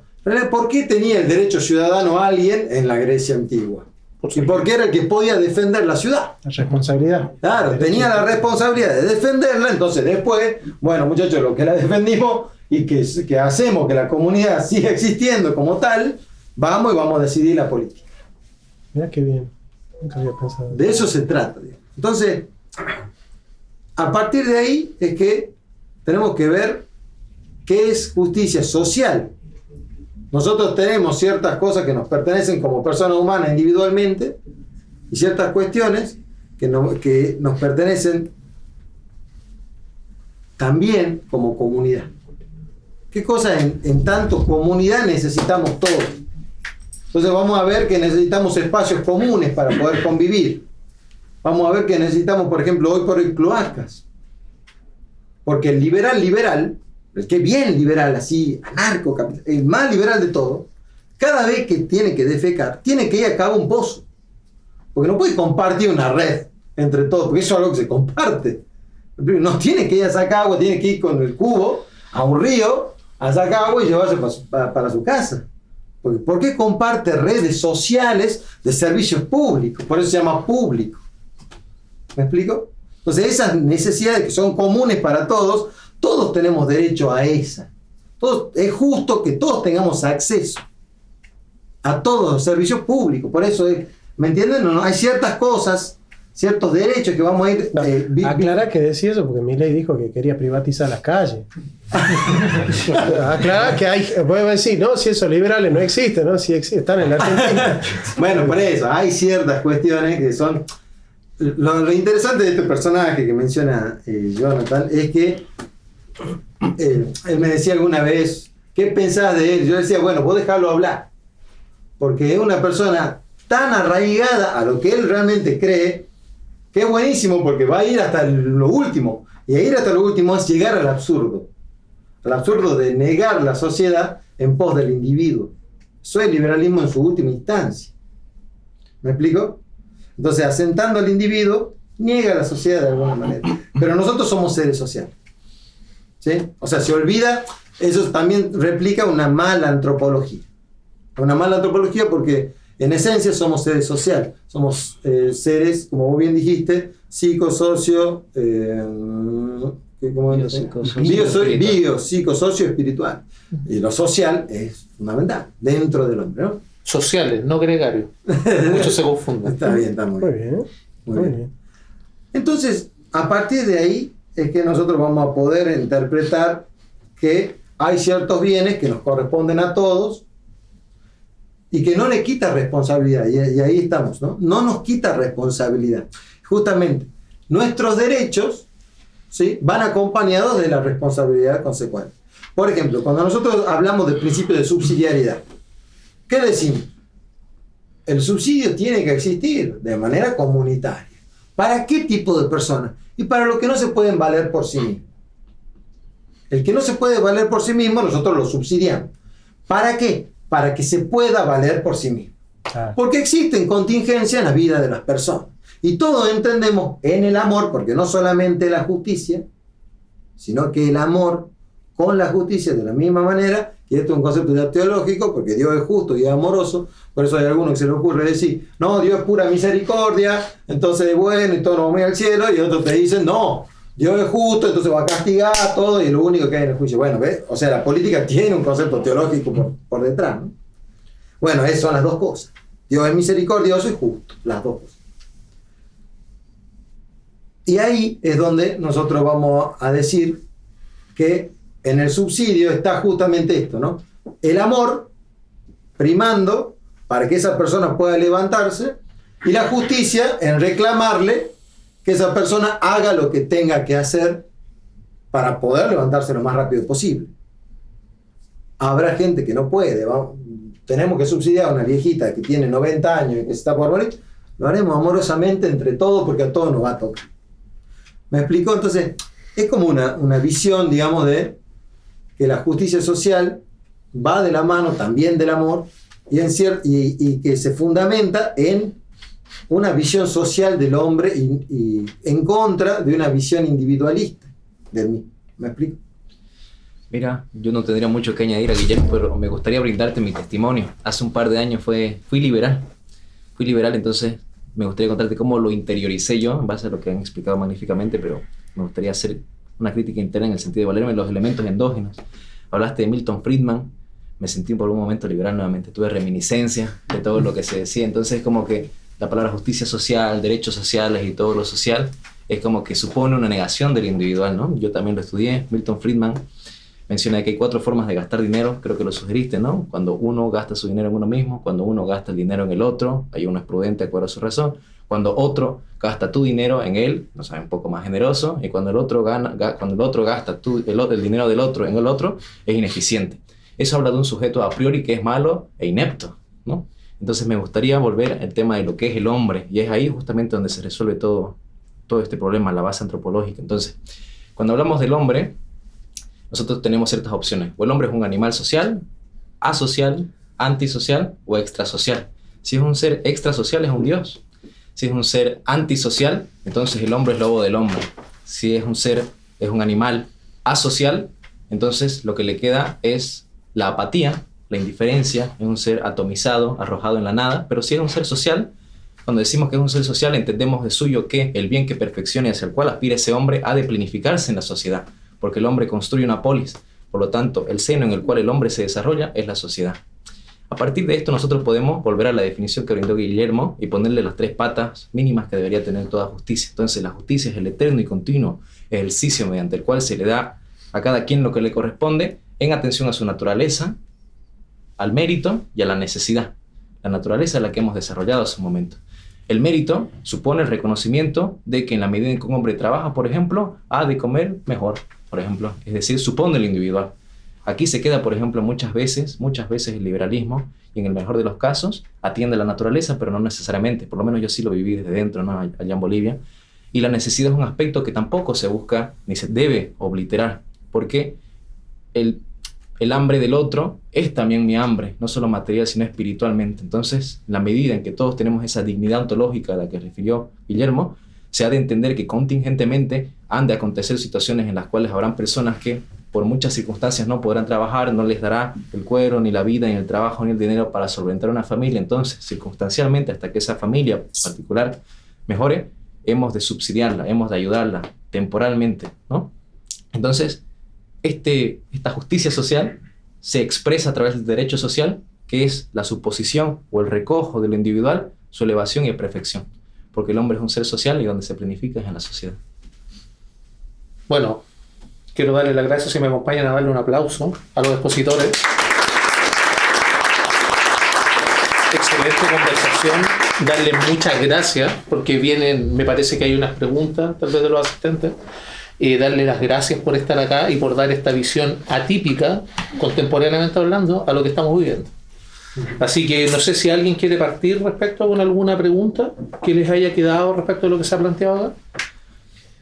Bueno, yo quería comentar algo referente a cómo se analiza el tema de la justicia social desde el punto de vista libertario.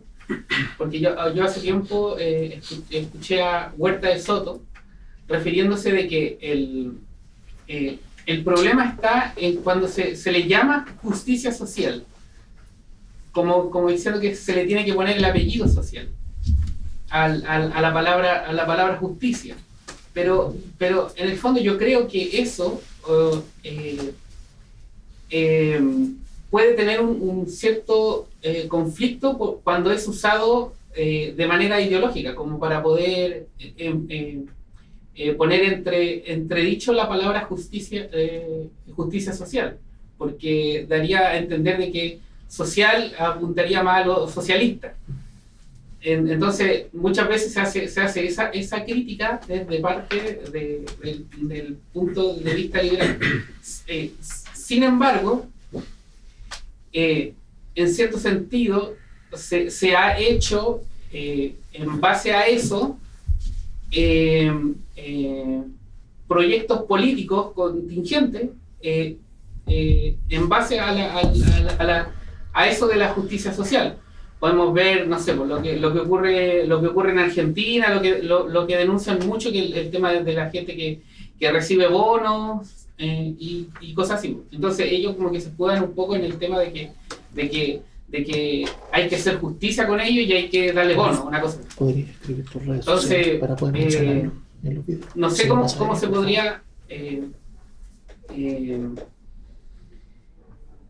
aclarar eso, como desde el punto de vista del grupo Sinucía. ¿Cómo se podría aclarar ese punto de vista a la gente libertaria? Porque la gente libertaria tiene esa pregunta del tema de la justicia social, cuando es usada ideológicamente por el izquierdismo más extremo, para hacer ese tipo de cosas. Como una herramienta coerciva. Claro, claro. Sí. Es parecido a lo que les decía de cristalizar más o menos el concepto que ustedes desarrollaron, pero tal vez lo pilla más enfáticamente. ¿Queremos que lleve o lo hacemos juntos? No sé. Dale. Claro, yo por eso, yo tenía esa misma premisa antes cuando era liberal, Y era porque Por me redes faltaban sociales. algunas patas a la hora de entender lo que la justicia era.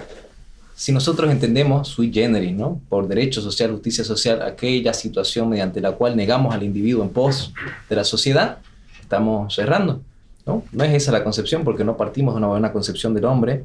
Y así también, y este es un análisis muy personal, yo he escuchado de que algunos libertarios, y conozco allá en Bolivia, dicen odio al Estado. Odio al Estado. Ese odio puede ser racional o irracional en la medida en que haya sido a priori o a posteriori. Pero, por ejemplo, yo lo he desarrollado y tampoco quiero tomarme mucho tiempo. Yo me pregunto, cuando el liberal dice que odia al Estado, ¿qué odia realmente, ¿no? Entonces, el Estado se compone de 4 ítems, si es que sufrimos la teoría de Jean Bodin, que vendría a ser el gobierno, la población, el territorio y la soberanía. Entonces, necesariamente ha de odiar algo de eso, ¿no? Sería medio raro que él odie todo en general, ¿no? Que sea así misántropo y odie a la especie humana en general y que odie la soberanía como idea. Entonces, tiene más sentido que odie al gobierno, ¿no? Porque si odia a la población ya es medio extraño. Entonces, si odia al gobierno, no va a odiar un ente abstracto, sino a particulares que son políticos. No al político abstracto, sino a un político particular. Pero si odia a un político particular, este político es contingente, ¿no? Porque puede ser ese político como puede no serlo. Entonces, no es un odio al Estado, y si es un odio al Estado, que me podría decir odio a sus instituciones o sus leyes, las va a odiar en el siguiente sentido, y es que las leyes y las instituciones son expresión del objetivo de las personas y de la moralidad de las personas. Según Aristóteles, cuando alguien crea algo, lo hace atendiendo a una causa final, una finalidad, ¿no? Y así también cuando le imprime la finalidad, le imprime la intención, que es la carga moral de la persona. Entonces, cuando yo hago una pistola, la hago porque quiero que esa pistola dispare y mate. Esa es la finalidad. Leemos la intención porque se imprime la moralidad. Ustedes me dirían que una persona que hace un arma la hace con el objetivo de la paz social, por ejemplo, ¿no? La hace con una intención mala porque quizá, no sé, vivió un momento donde dijo, yo tengo que vengarme y quiero matar a alguien. Entonces, en ese sentido se puede odiar al Estado. Y si uno parte de esa idea y de ese sentimiento, porque todo ser humano tiene un pathos, habita en una emocionalidad, va a subsidiar cualquier forma de discurrir ulterior que hable acerca del Estado. Entonces, de los impuestos, de los tributos, de las leyes, de las instituciones, todo eso se va a decir análogamente en razón al odio subsidiario que yo estoy teniendo a la hora de pensar este asunto, ¿no? Entonces, por eso yo digo que cuando hablamos de cualquier cosa social, derecho social, justicia social, suponemos al individuo, la naturaleza del individuo. Suponemos que es una cuestión social en la medida en que la naturaleza del individuo es social, como lo hemos manifestado, y hay que reconocer el mérito, pero también la necesidad. No sé si alguno quiere... Era la pregunta sobre la justicia social, ¿no? Claro, más o menos cómo cristalizar el concepto ya más resumido. Podríamos caracterizar las diferencias entre la justicia social en el justicialismo y la justicia social en el socialismo. Y de esa manera va a quedar claro por qué nosotros no somos socialistas. El socialismo redistribuye pobreza, porque ningún socialista puede generar riqueza. Los socialistas no saben generar riqueza. ¿Por qué? Porque el socialista es estatista y el Estado no genera divisas en la sociedad. No hay superávit fiscal, no hay superávit gemelo, si el Estado es el que produce la riqueza. El Estado no produce riqueza, en todo caso las redistribuye. Es el sector privado el que hace las inversiones, es el sector privado, es el que pone la maquinaria, es el que pone su fuerza de trabajo, su creatividad, su laboriosidad. Y el socialista, de alguna manera, plantea un trato desigual ante la ley. En cuanto que algunos que hacen su trabajo y su esfuerzo tienen que trabajar para aquellos que no hacen esfuerzo y no trabajan, por ejemplo. Nosotros partimos de una premisa totalmente diferente. No hay una clase obrera y una clase capitalista. Hay una sola clase de hombres, los que trabajan. Esa es nuestra sociología. Hay una sola clase de hombres, los que trabajan. Y trabaja el obrero y el capitalista, el burgués, el empresario, el terrateniente, todos, pero son trabajadores. O sea, para nosotros los justicialistas hay una sola clase de hombres, los que trabajan. Y hacer justicia social es crear leyes justas que puedan generar una disposición social que permita que todos, libremente, bajo ciertas restricciones que impiden el abuso de uno contra otro, puedan satisfacer sus necesidades de una manera razonable. Que me gustaría graficarlo desde otro punto de vista, haciendo una analogía. Tomemos el cuerpo humano. El cuerpo humano, si tomamos las partes del cuerpo humano como personas distintas, ¿cierto? En este corpus social, cada parte, si yo me lesiono, por ejemplo, me lesiono el hombro, va a haber otras partes de mi cuerpo que justamente van a subsidiar ese daño, ese que está dañado, que todavía no puede operar como está, y obviamente va a estar haciendo eso en pos de que eso pueda recuperarse hasta ser funcional, ¿cierto? Pero también puede pasar que hayan lesiones profundas, alguien que tiene un trauma psicológico profundo del cual no puede volver a operar bien, y ese trauma va a quedar, y va a quedar el desgarro, va a quedar lo que sea, y todo el corpus tiene que aceptar que eso es parte de ese corpus. Estamos haciendo una analogía con el corpus social. Entonces, y tenemos que todo como cuerpo, para seguir funcionando como cuerpo, tengo que asumirlo. Y si vemos a la sociedad, y esto es lo que se ve en los evangelios, en todo, siempre está esta analogía del cuerpo, por eso la uso, es que la humanidad, el humano, es un cuerpo, es un corpus. Nace uno en una familia que es un corpus de varios individuos, y se dan estas situaciones. Lo que yo creo que pasa un poco el miedo de... El miedo es cuando se patologiza, cuando llega una enfermedad al cuerpo completo, social, en donde empieza a haber una disfunción ya más grande, ¿cierto? Que es lo que vemos que pasa en Argentina, pasa en distintos lados, que ya hay una enfermedad como un quiste, un cáncer, que agarró ese corpus social y se lo está comiendo, ¿cierto? Eso como... Quiero mantenerme en el punto de la analogía.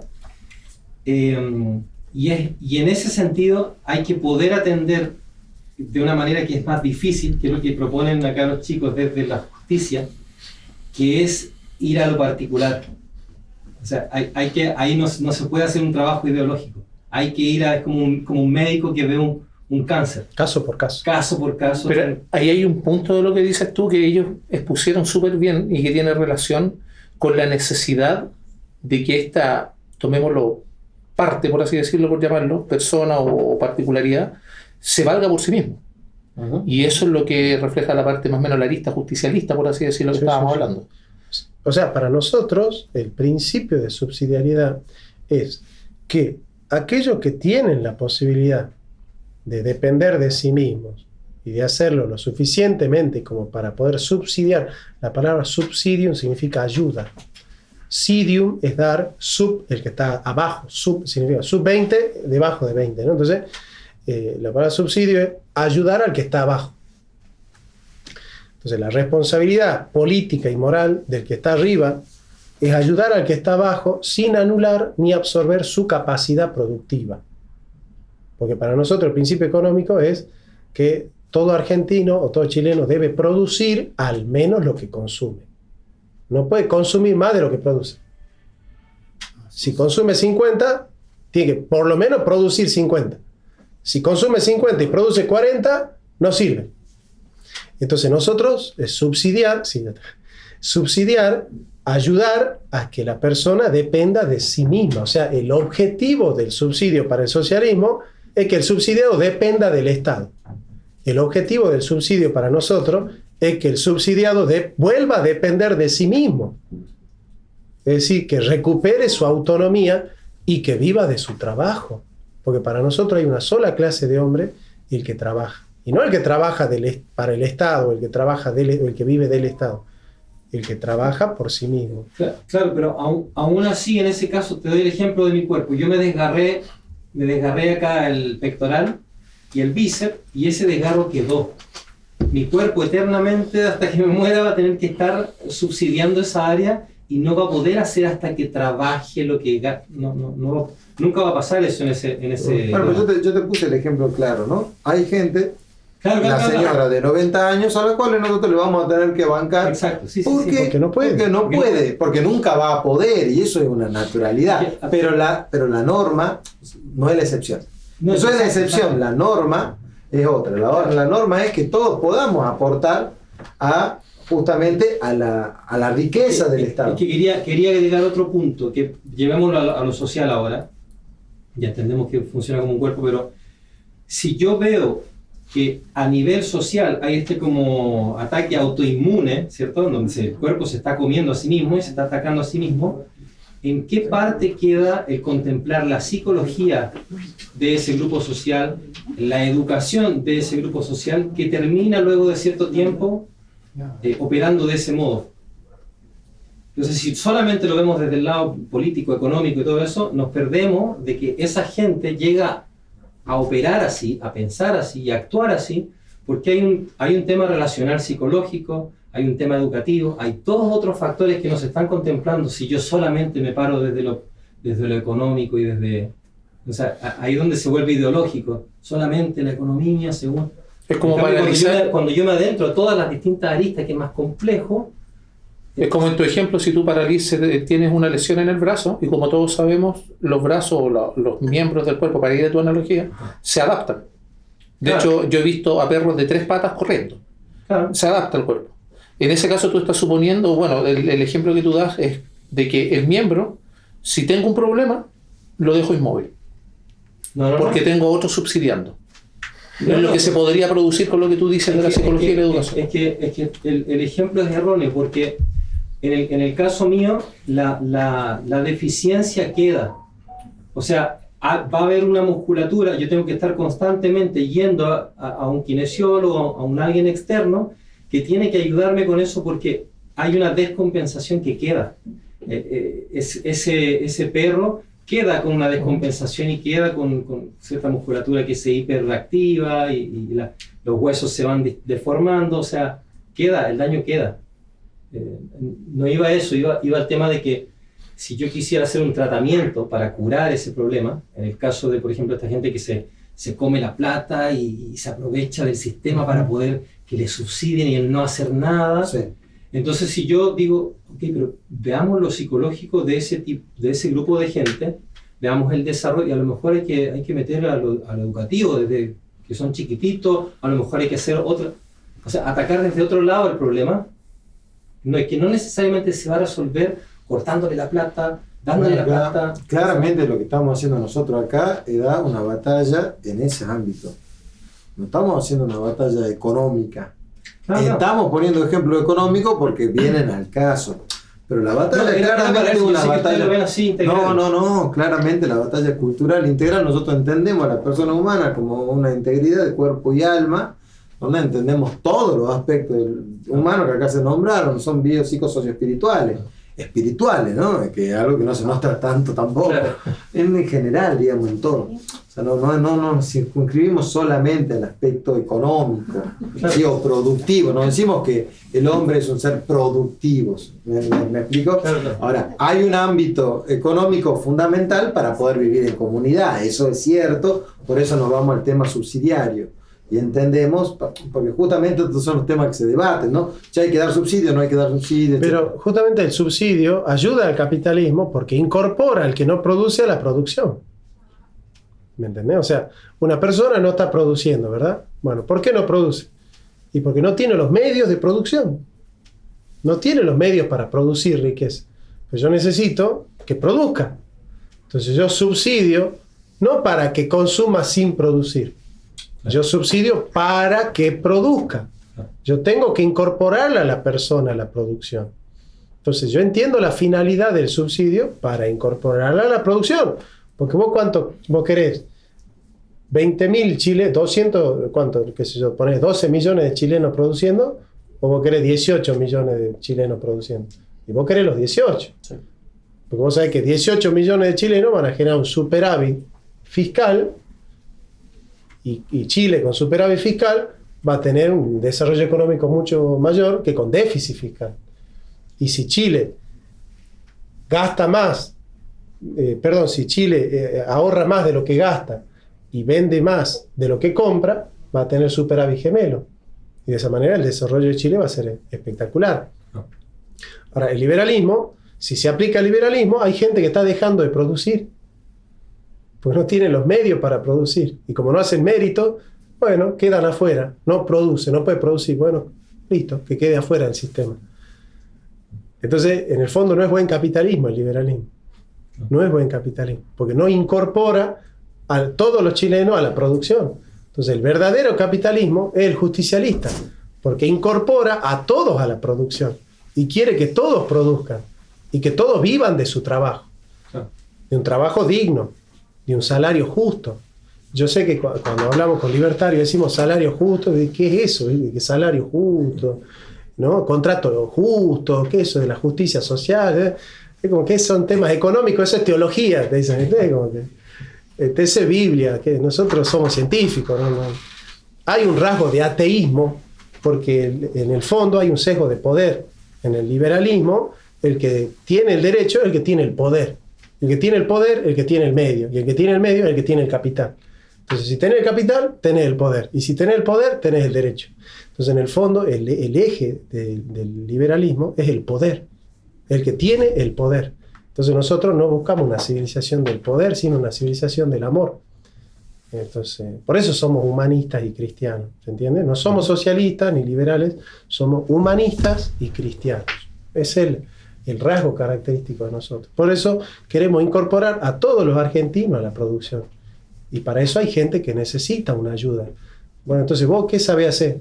Y bueno, yo sé hacer arroz con leche. ¿Y qué necesitas? Una olla y una cocina. Listo, el Estado te ayuda para que vos tengas una olla y una cocina. Listo, ya te subsidié. Ahora producí. Ahora viví de tu trabajo. ¿Sí? El socialista te dice, no, te damos una pensión de por vida y te vamos a mantener. Vos acostate y dormí hasta las 12 del mediodía, que nosotros te damos el plan. Y así viven en la Argentina 50% de los argentinos de los planes sociales. Entonces hay un 40% que sostiene al otro 60% que no trabaja. Es insostenible la Argentina. ¿Por qué? Porque está enferma de socialismo. Somos antisocialistas porque somos verdaderos capitalistas. Pero el verdadero capitalista es el que vive de su trabajo. Pero la Argentina, ¿sabe dónde se pone el precio de la comida? En tierra alquilada. Y la tierra alquilada se la alquila a la oligarquía que vive en la Patagonia. La oligarquía que vive en la Patagonia vive del alquiler de la tierra. Y se queda con un 35% del precio de la comida. ¿Y qué dice Adam Smith? El salario de un obrero depende de lo que sale mantenerlo con vida. Entonces depende del precio de la comida el salario del obrero. Entonces el capitalista que busca un capitalismo de producción y trabajo, que el capitalismo que predicamos nosotros no es un capitalismo de especulación financiera, es de producción y trabajo. Entonces ese capitalismo de producción y trabajo le paga al obrero lo que le sale mantenerlo con vida, es decir, el precio de la comida. Pero si el precio de la comida depende de la tierra alquilada, donde la oligarquía sin trabajar se queda con un 35% del salario del costo del alimento, los alimentos salen caros. Y si los alimentos salen caros, la burguesía paga más. Y si la burguesía paga más, el obrero entonces tiene, digamos, necesita pagar más caro la comida. Entonces lo primero que ha hecho Inglaterra para generar un capitalismo de producción y trabajo es la ley de cereales. Derogar la ley de cereales. ¿Cierto? Derogando la ley de cereales, ¿quiénes habían hecho la ley de los cereales? Los Langlois, que eran la oligarquía de Inglaterra. ¿Para qué? Para gravar la venta la introducción la importación de granos del exterior. Entonces la oligarquía con la ley de cereales gravaba la introducción de cereales del exterior para que paguen un canon. Y de esa manera la oligarquía se permitía ponerle el precio caro al alimento porque los que venían de afuera no podían competir. Entonces Adam Smith dice, siempre será buen principio de todo padre de familia comprar afuera lo que sale más barato que adentro. Entonces derogar la ley de cereales le permitió a la burguesía destruir la oligarquía. Porque la oligarquía no vivía de su trabajo, vivía de la renta de la tierra. Vivir de la renta de la tierra no es trabajar, es vivir de la renta de la tierra. Porque la oligarquía no invierte el capital. La oligarquía vive parasitariamente la renta de la tierra, pero la tierra no se amortiza. Como no se amortiza, entonces no es un bien ganancial que puede ser invertido en un capital. Entonces la oligarquía es parasitaria. Lo primero que hicieron los liberales para hacer un capitalismo de producción y trabajo es enfrentarse con la oligarquía. Todo buen liberal se tiene que enfrentar con la oligarquía. Porque la oligarquía no invierte su capital y no vive de su trabajo. Y el liberalismo es vivir de tu trabajo. Es el auténtico liberalismo. Entonces, en la Argentina, la oligarquía se queda con el 35% de la producción. Que no sé cuántos millones de dólares son por año, pero es muchísimo. Cerca de 7.000, 8.000 millones de dólares. Entonces lo que planteamos nosotros es una ley de alquileres donde la oligarquía no se queda con el 35% del precio de los alimentos, de la producción. Se queda con un 10, con un 5%. De esa manera bajan los alimentos, bajan el combustible, que es el costo de los costos, y si baja el combustible y bajan los alimentos, baja la inflación, bajan todos los precios, y de esa manera al trabajador le alcanza para vivir. Pero para eso tiene que haber un Estado que tenga el concepto de justicia social y que tenga el concepto de que hay una sola clase de hombres, los que trabajan. Pero la oligarquía no entra dentro de ese concepto. ¿Por qué? Porque no vive de su trabajo, vive de la renta de la tierra. Claro. Y vos dijiste algo muy importante, ¿no? El trabajo es lo que genera riqueza. Y eso es importante para entender, porque también la otra pata que mata al capitalismo, pues lo termina matando porque concentra demasiado dinero, es justamente la especulación financiera. La especulación financiera basa toda su riqueza en tasas de interés. Y la tasa de interés, cuando uno se pone a investigar por qué, yo tuve un profesor de matemática financiera que tuvo las 5 o 6 primeras clases, nos dio demostraciones de por qué la tasa de interés es legítima. ¿Por qué alguien me puede cobrar interés? Porque vos entras a una clase de administración financiera y te dicen, miren, la tasa de interés es el valor del dinero en el tiempo. Punto. Pero es algo que te dice, es así, ya está. Decís, ¿pero por qué? ¿Por qué un peso hoy no vale lo mismo que un peso mañana? ¿Por qué? ¿Dónde está esa diferencia? Dame la razón. En última instancia, no vamos a hacer toda la explicación porque son 10 hojas de demostraciones matemáticas, pero en última instancia uno va al trabajo, al valor agregado que te da el trabajo.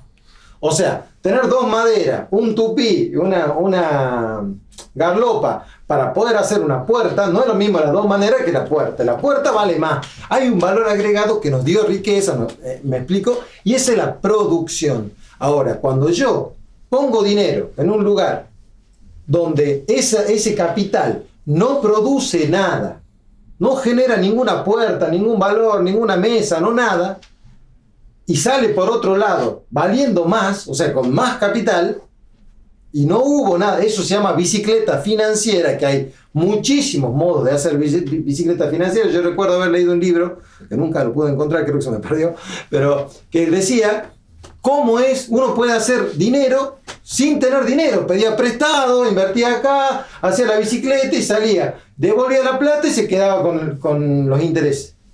Claramente, eso es la enfermedad del capitalismo. Es la grave enfermedad del capitalismo, porque hay gente que se hace rica solamente moviendo dinero. Pero no en función, no en porque, a ver, el aspecto financiero es un aspecto esencial del capitalismo. El problema es la especulación financiera. La mera especulación cuando ese financiamiento no va al bien, a la producción concreta. Cuando no impacta en la producción concreta y no financia esa producción concreta para poder tener más bienes, nosotros lo que hacemos es tener menos bienes, ¿sí? Y ese capital, que en general es capital golondrina, que son grandes monstruos como BlackRock, que viene y hace ciertos manejos y se lleva todo el dinero, nosotros nos quedamos sin el pan y sin la torta.